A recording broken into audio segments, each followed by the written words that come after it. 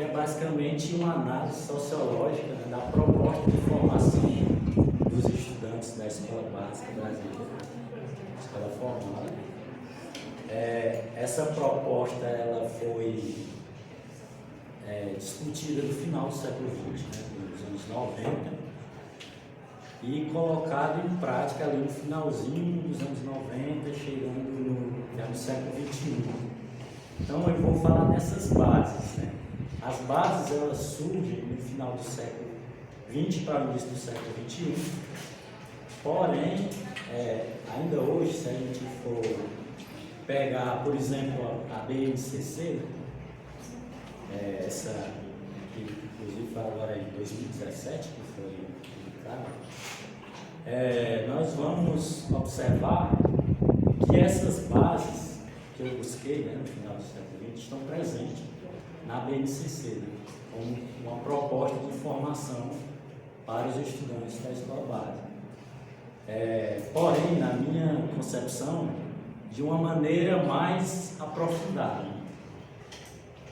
Então, esse livro aqui ele situa-se num contexto histórico, né, e aí, pegando aqui o Vitorino, para, inclusive, ressaltar a história, a importância da história, né, porque a história ela tem uma importância assim, incrível para que a gente possa compreender o presente.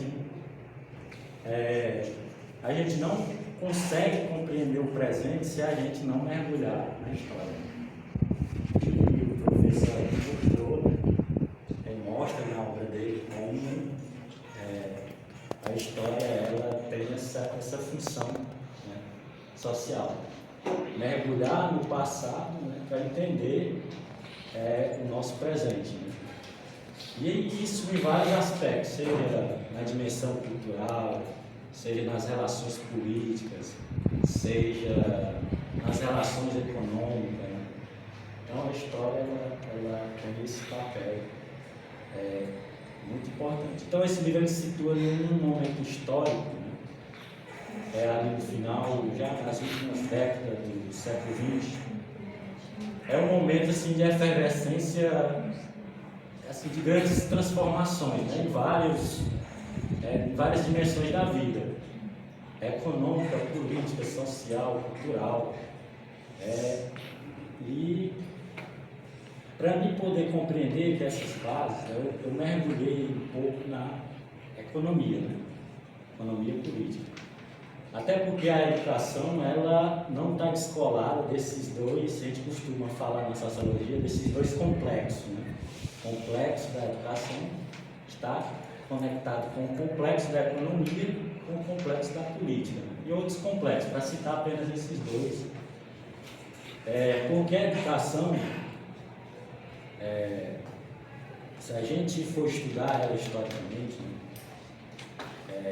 O professor mencionou aqui, a história da educação, a gente vai ver que a educação ela se constitui como um complexo de reprodução social.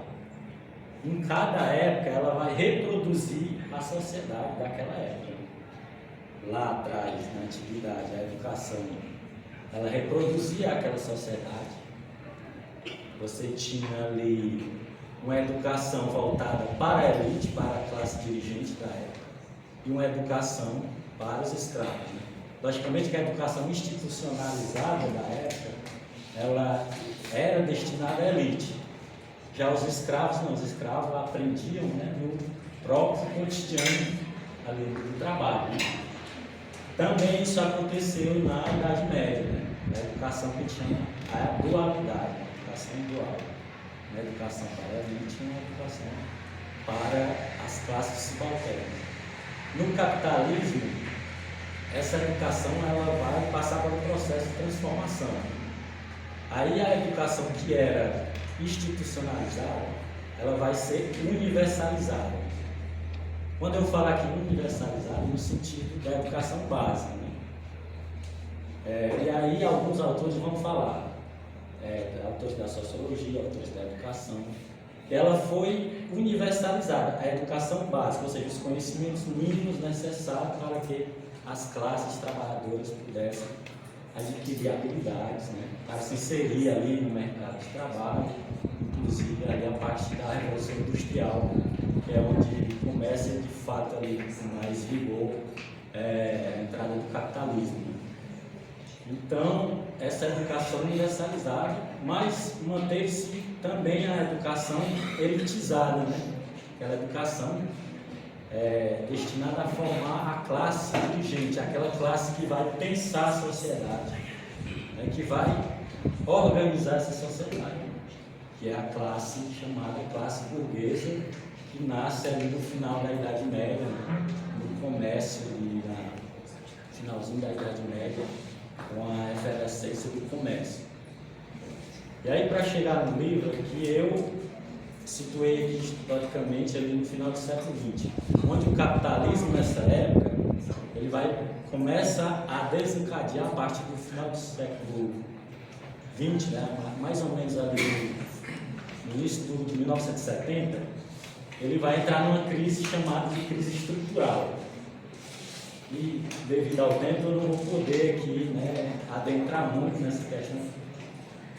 Mas a crise estrutural, assim, fazendo grosseiramente aqui uma definição, ela é diferente de outras crises cíclicas que o capitalismo já vem passando.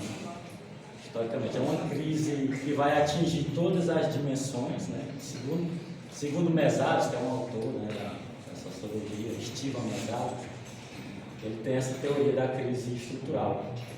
E essa crise ela vai atingir todas as dimensões da produção capitalista, né, a dimensão da circulação do comércio, né, a dimensão da produtiva e a dimensão do consumo. E não somente essas dimensões, mas vai atingir um conjunto maior de países. E essa crise estrutural, segundo Mesaros, ela se arrasta até os dias atuais. Tanto que se a gente for pegar alguns dados estatísticos, a gente vai observar que o capitalismo, durante essas últimas décadas, ele tem crescido, ele saiu daquele ciclo de expansividade, né, do século, ali dos anos pós-guerra, anos 60, principalmente chamado capitalismo de ouro, e adentra num ciclo baixo, né, de economia, ali, mais ou menos próximo entre 3 e 0, né, essa oscilação, com exceção de alguns países, por exemplo, a China, né? A China ela, mesmo dentro da crise estrutural do capital, ela se manteve um crescimento acima da média. Né? Então, essa crise estrutural, aqui na minha análise, na minha tese, é que vai movimentar ali as reformas que vão acontecer no mundo, na América Latina, e principalmente no Brasil. Essa crise estrutural vai acontecer no final dos anos do século XX. Né? Ela vai requerer, através de seus agentes, né, econômicos, políticos, eles vão requerer mudança, e aqui eu descrevo no livro, principalmente mudanças em duas dimensões. Na dimensão econômica, nós vamos ter a mudança na estrutura da economia, né? Inclusive, não sei se alguém aqui já leu, mas tem muitos autores no Brasil que falam da reestruturação produtiva, inclusive Ricardo Antunes, que é referência, né? Ele é sociólogo da Unicamp. Então, o capitalismo vai requerer várias mudanças em várias dimensões da sociedade. E na dimensão econômica vamos ter a reestruturação produtiva. Essa reestruturação produtiva, o que é? Inserção maciça de tecnologias na esfera produtiva, né? Uma reorganização dos processos internos e externos da economia, como por exemplo, citar aqui um exemplo interno. Por exemplo, no Fordismo, um trabalhador ele executava apenas uma função durante o processo inteiro, né? Inclusive tem aquele filme do Charlie Chaplin que ajuda muito bem a entender. Quando você muda, né, para o sistema, aliás, o modelo toyotista de produção, o capitalismo vai requerer o quê? Agora a gente precisa de um trabalhador polivalente, né? que deve executar várias funções ao mesmo tempo. Então você vai ter um reordenamento dos processos de produção. Aí entra terceirizações, entra desconcentração industrial, para citar apenas dois aqui. Na empresa você vai observar além da polivalência, controle de estoque, né? Porque o capitalismo entra em crise, você tem muitas mercadorias circulando, pouco consumo, e aí precisa de um controle de estoque. Né? Aquela produção agora vai dar sob demanda. Ou seja, agora você vai poder ter aquela produção em massa que é a característica do modelo fordista de produção. Né? Porque uma crise necessitou-se de várias modificações e mudanças profundas na esfera da economia. Na esfera institucional, que eu chamo de institucional, a esfera do Estado, também vai ter mudanças. Né? Por exemplo, a mudança aí mais importante é a que eu chamo aqui, a nova natureza do Estado. O Estado, antes da crise estrutural, era chamado de Estado de bem-estar social, né? Que é um Estado baseado nas políticas, nas teorias, né, de Keynes. Então, esse Estado de bem-estar social ele foi muito mais urgente na Europa. Né? Mas era um Estado em que eram as características desse Estado. Como a gente vivia num período de economia crescente, o que acontecia nesse período era a expansão, por exemplo, aumento de salário, a expansão dos serviços públicos, né, saúde, educação, o governo aplicava políticas de incentivo de investimentos, como por exemplo, baixa de juros, crédito, né, para a população consumir, e aí essa época de ouro, que chama de ouro do capitalismo, né, basicamente na década de 60. Então, quando chega, o capitalismo se esgota, né, esse modelo de produção fordista, e chega mais ou menos em 1970, e aí vai requerer todo esse conjunto de mudanças, e uma dessas mudanças é no Estado, né? O Estado vai passar a adotar uma outra natureza, e aí entra o Estado chamado neoliberal, que é aquele Estado, muitos chamam de Estado mínimo, né? E o Estado que tem a concepção basicamente de não intervenção do Estado na economia. Né? E aí é uma controvérsia, daria um outro assunto assim, bem gigantesco para falar. Então, o neoliberalismo entra, né, na lógica do Estado. E aí começa os direitos dos trabalhadores, né, conquistados com muitas lutas, eles passam a ser, digamos, revistos. Né? E aí, nesse Estado neoliberal, o Estado começa a atuar de forma diferente, na minha concepção. Que no Estado de bem-estar social, não, a política estatal fazia o seguinte: compensava as desigualdades, que são produtos do sistema capitalista, com políticas públicas, né? Com a ampliação de serviço público, o pleno emprego. Quando chega no neoliberalismo, não. As corporações, né, principalmente internacionais, elas vão exercer as suas influências e seu poder para que o Estado reveja as políticas, né? E aí o Estado passa a atuar em sentido contrário. Ou seja, vai cada vez mais corroendo aqueles conjuntos de direitos, né? Tanto, para citar aqui um exemplo bem próximo de nós, para que vocês possam entender melhor, a gente passou recentemente por duas reformas. Uma reforma trabalhista, que alterou mais de 50 pontos na CLT, e uma reforma previdenciária que dificultou o acesso à aposentadoria. Isso é só dois exemplos que eu estou citando aqui para você ver como o Estado neoliberal tem atuado, não de forma a expandir os direitos, né, dos trabalhadores, mas no sentido de recompensar as taxas de lucro dos capitalistas, né? Fazendo a política inversa. Né? E aí a retirada de direitos, essas retiradas de direitos, parte significa você enxugar as contas do Estado para poder manter ali um percentual de pagamento de juros na dívida pública, né? E aí já entra em outro setor bastante influente na política, que são os banqueiros, né? Ou capital rentista, que a gente costuma falar na sociologia. E aí dentro desse conjunto de mudanças, ainda tem uma questão de serviços públicos, né? O serviço público, educação, transporte, luz, né? Passaram por um processo de privatizações. Então, as privatizações, ela tem um lado perverso, né? Porque o serviço que era ofertado de forma, né, pública, eles passam a ser privatizados e, na minha concepção, você troca direito por mercadoria. Ou seja, o direito à saúde, educação, luz, transporte, deixa de ser um direito e passa a ser uma mercadoria. Você precisa ter dinheiro, né, para ir lá comprar o serviço, né, e consumir. Então isso também é uma das características do neoliberalismo. E dentro dessas reformas do Estado, aí eu introduzo aqui a educação, né, como sendo também um serviço, inclusive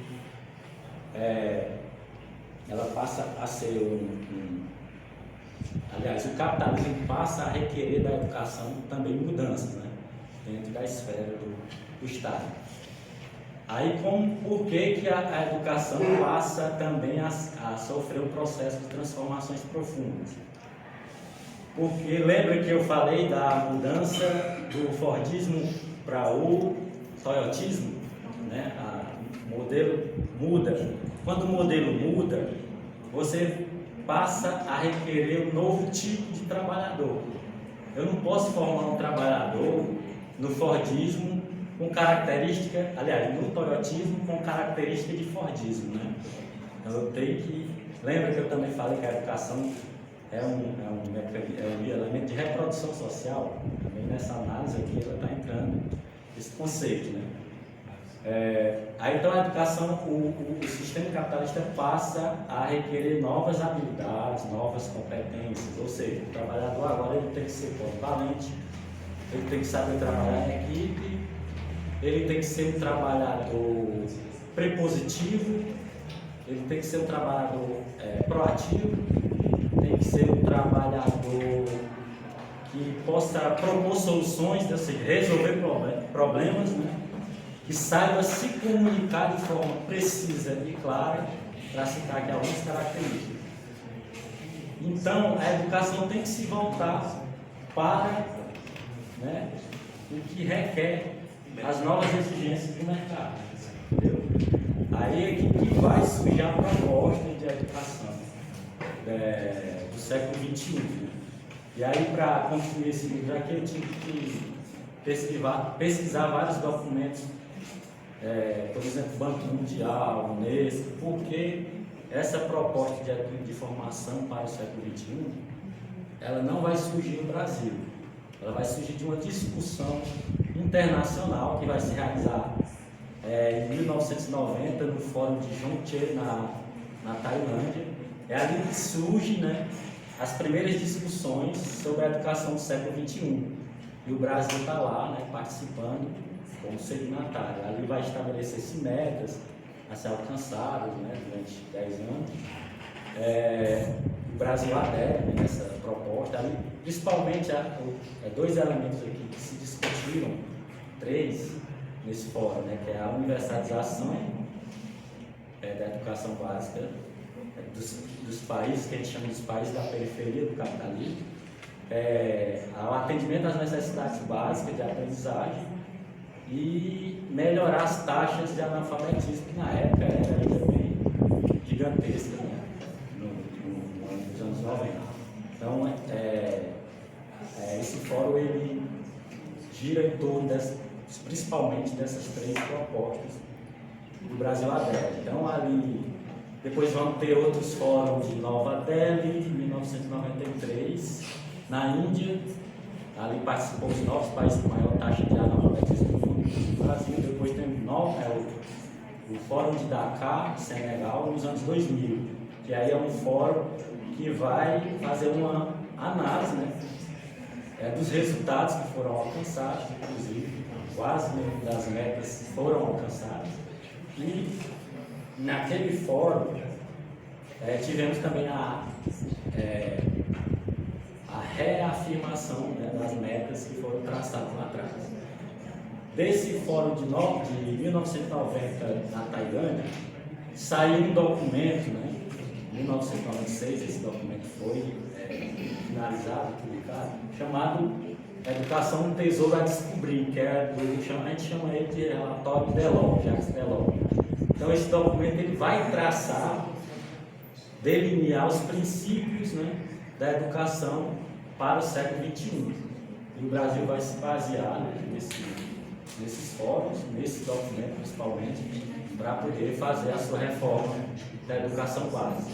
E aí começa ali nos anos 90, e aí uma série de eventos, né, e documentos nos anos 90, inclusive eu tive que acessar esses documentos, esses eventos, para citar um aqui mais importante, em 1992 na USP, um fórum chamado Capital Trabalho, para discutir a questão da educação brasileira, né, os gargalos da educação, e também propor ideias. E desse fórum saiu um documento chamado Carta da Educação. E dessa Carta da Educação o que foi apontado ali, principalmente, né, problema, segundo os participantes desse fórum, que a educação brasileira, além de estar com uma taxa altíssima de analfabetismo, também tinha um problema de falta de critério de aplicação de recursos na educação básica, como também um distanciamento entre o processo de formação dos estudantes e a esfera produtiva, né? Então, veja só aí como o discurso ele já está indo nessa direção, né, do que eu venho falando desde o início, né, de tentar adequar a formação ali às novas exigências do mercado. Então, aí uma série de documentos também nessa época. Depois vem um plano decenal de educação que vai sintetizar, vai organizar essas ideias que eu discuti nos fóruns e vai propor metas, né? O plano decenal ele estabelece várias metas a ser alcançadas até o ano de 2013, né? Ele é de 1993, e as metas estabelecidas para os 10 anos subsequentes. Depois lá vai ter o Plano Nacional de Educação, que vai se consolidar essas propostas no ano 2001. Só que a consolidação dessa reforma ela se dá através da LDB de 96 e também dos parâmetros curriculares, né, as orientações curriculares que começam a ser publicadas ali no final do século XX, né, com 97. Fundamental 1, 98, Fundamental 2, 2000, o ensino médio. São os chamados parâmetros curriculares. E aí, quando a gente vai analisar esses documentos, a gente vai encontrar, né, exatamente a incorporação dessas ideias que foram discutidas em nível internacional, né, e no relatório Delors. A gente vai encontrar nesse documento como o Brasil incorporou, né, trouxe essas ideias de formação, né, para os estudantes da escola básica, a partir da sua participação nesses fóruns mundiais. Então, aí se deu a LDB, na LDB principalmente no artigo 20, se eu não me engano, 26, 27, 32, vai estabelecer ali os conteúdos, né? O que deve ser ensinado nas escolas, aí vai estar lá leitura, matemática, o conhecimento da natureza, né, o conhecimento social, político, aprendizagem dos direitos e deveres, né, do respeito à ordem, por aí vai. Então, no relatório Jacques Delors, a proposta para a educação do século XXI, ela se baseia em quatro pilares. Aprender a conhecer primeiro, né? Segundo, aprender a fazer. Terceiro, aprender a conviver juntos. E o quarto, aprender a ser. E a partir dessa proposta, quando a gente vai adentrar no documento das orientações, dos parâmetros curriculares, a gente observa que, a partir desses 4 pilares, foi estabelecido a reforma, né, da educação básica brasileira no que se refere à formação. E aí, lá no parâmetro curricular, se você for observar, você vai ter, por exemplo, no ensino fundamental, a educação baseada em 3 tipos de conteúdos. Aí nós vamos ter os conteúdos conceituais, né? Que engloba ali conceitos, fatos, informações e a articulação desses com a realidade. Vamos ter os conceitos procedimentais, e aí entra na esfera da prática, né? Instrumentos de orientação da prática. E os conteúdos chamados atitudinais, e aí entra na esfera dos valores, né, dos comportamentos, ou seja, a partir de determinados valores, você deve ensinar, né, como os estudantes devem se comportar, né, devem se relacionar com o outro. Aí entra numa esfera bem mais ampla, com respeito às diferenças, né? E aí, né, se você for ver os documentos da ONU, você vai ver muito essa questão de eliminação do racismo, né, da homofobia. E aí você observa que a educação ela não está, pelo menos nessa proposta 21, além dessa questão de adequar a educação ao mercado, também tem uma expansão das funções, né, da educação. Para esse lado também, a questão dos valores, dos comportamentos, por aí vai. Então, aí nós vamos ter as estratégias, né, do capitalismo para poder sair da crise estrutural. Na economia, né, como eu já mencionei, essas estratégias, na esfera institucional do Estado e na esfera da educação. E na esfera da educação, aí nós vamos ter o capitalismo, né, requerendo da educação um novo tipo de formação.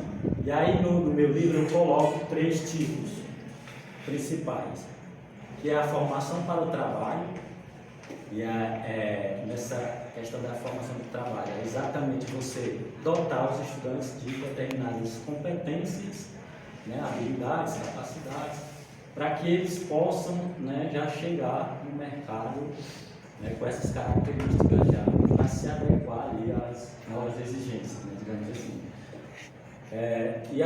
O segundo, né, a formação que eu chamo de cidadã. E aí eu encontrei lá nos documentos essa formação cidadã, e eu comecei a pensar, e aí desenvolvi digamos, uma pequena teoria, né, mas acho que dá para aprofundar bastante, que eu achei muito interessante, pode ser até proposta de um outro trabalho, artigo, que é a formação de um novo cidadão. Eu coloco no livro de um novo cidadão, né? Ou seja, é você modificar a identidade cidadã para adequar a visão de mundo, né, das pessoas, dos estudantes, a essa nova característica do Estado, né? Você adequar a nova natureza do Estado. Porque se nós voltarmos lá atrás, a gente observava que, pelo menos a gente olhando assim do ponto de vista dos movimentos sociais, sindicatos, né, movimentos de luta, que havia uma organização, né, bem mais, digamos, sólida, né, que agora, né, quando o neoliberalismo chega, acaba se fragmentando também essa organização. Então nós víamos o Estado como um provedor de direito, né? Até porque, né, o Estado era o chamado Estado de bem-estar social, né? Ele ampliava as políticas sociais, políticas de proteção social, né, no âmbito das leis trabalhistas, Então, a gente tinha essa visão do Estado provedor de direitos. Quando chega no neoliberalismo, é preciso mudar essa visão, né? Ou seja, o sistema ele vai requerer do indivíduo não só a sua adequação prática, do ponto de vista prático, né? Ou seja, adquirir as características e habilidades para desempenhar na sua função cotidiana do trabalho. Mas também a visão... O seu livro, que aborda todo esse contexto social, ele está disponível? Sim. Já eu falo. Quantos minutos eu tenho? Só 5. Porque são muitas nuances, a gente acaba se empolgando. Então eu vou tentar terminar esse raciocínio e a gente fecha e aí eu falo onde que encontra o livro. Pronto. Então, aí essa mudança do novo cidadão, né? Ou seja, então você vai modificar a visão. Então, eu não vou mais enxergar aonde eu encontro meus direitos no Estado, né? Na esfera institucional. Eu vou encontrar os meus direitos através de... como é que eu posso falar? Através da minha própria ação, né? E aí é onde eu me identifico que há um deslocamento dessa identidade cidadã, do ponto de vista de uma visão mais coletivista, para uma visão individualista, que é característica do próprio neoliberalismo. Então, eu vou... como que eu vou conseguir agora resolver meus problemas sociais, né? Falta de moradia, saneamento básico, emprego, a pobreza, por aí vai. Através da minha própria ação, né, individual, ou seja, através de um curso de empreendedorismo, através do meu esforço na minha requalificação.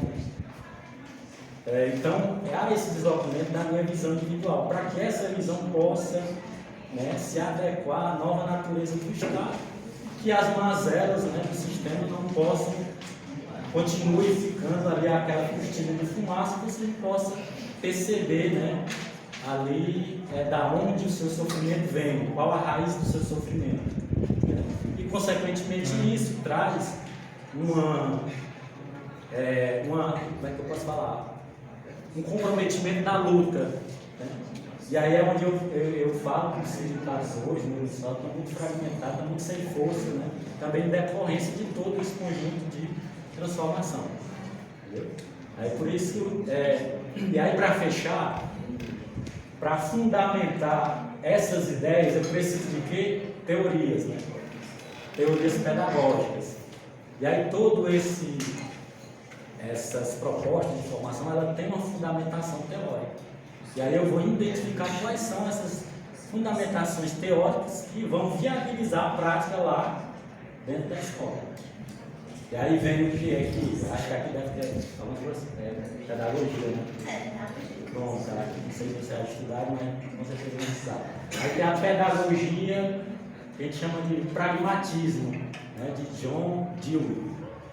É o pragmatismo que remete à educação para resolução de problemas, né?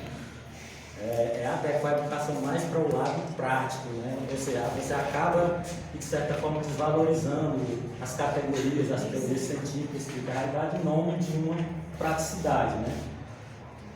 E tem construtivismo, a segunda, Piaget, construtivismo que tem a ideia de uma educação mais espontânea, o educador fornece os métodos e o aluno, né, o estudante, vai construindo a forma espontânea a partir daqueles métodos, e aí ele é fornecido. E a terceira, a pedagogia das competências, que tem uma relação muito próxima com o pragmatismo, né? Ela acaba sendo também pragmatista, porque ela vai remeter a educação para a resolução de problemas, vai considerar que o conhecimento útil é aquele que está ligado ao cotidiano, né, dos estudantes, aí acaba que deixando em segundo plano, ou desvalorizando a questão dos símbolos, né, a questão das teorias, das categorias científicas que representam a realidade, para que você possa de fato ter uma educação crítica, né? Uma educação que favoreça, que faz com que os estudantes possam olhar para a sua realidade, né? Compreender de forma profunda, associar a sua vida, os seus problemas a um determinante ou a um conjunto de determinantes, né? Econômico, político, cultural, e fazer toda uma análise crítica da realidade sem ficar naquela superficialidade do conhecimento básico, né, da educação, que é fornecido hoje basicamente os conhecimentos mínimos para que as pessoas, os trabalhadores, os trabalhadores possam, de fato, adquirir competências e habilidades para disputar uma vaga de trabalho, até porque hoje, né, não é garantido que todo mundo que tem formação consiga acessar o mercado de trabalho. A gente está em outro momento em que as tecnologias que foram maciçamente empregadas, né, nas empresas, elas acabam que, de certa forma, por exemplo, o trabalhador na indústria é substituído por 10, aliás, uma máquina faz o trabalho de 10 trabalhadores. Então, essa questão da tecnologia hoje acaba também dificultando. E aí já tem outro conceito que é o emprego estrutural, né? E quando tiver a oportunidade, explanarei sobre isso, que é uma questão bem relevante também para todos os estudantes que aqui estão. Então, para finalizar, o livro vocês podem adquirir comigo, né? Eu posso deixar no endereço. Caso queira adquirir pela internet, ele está disponível na Amazon e na própria editora, que é a Autografia. Também está disponível nas principais plataformas digitais, né? Também está no formato de e-book. Mas pode adquirir comigo, já vai com autógrafo, né? E aí eu mando deixar na residência. É isso.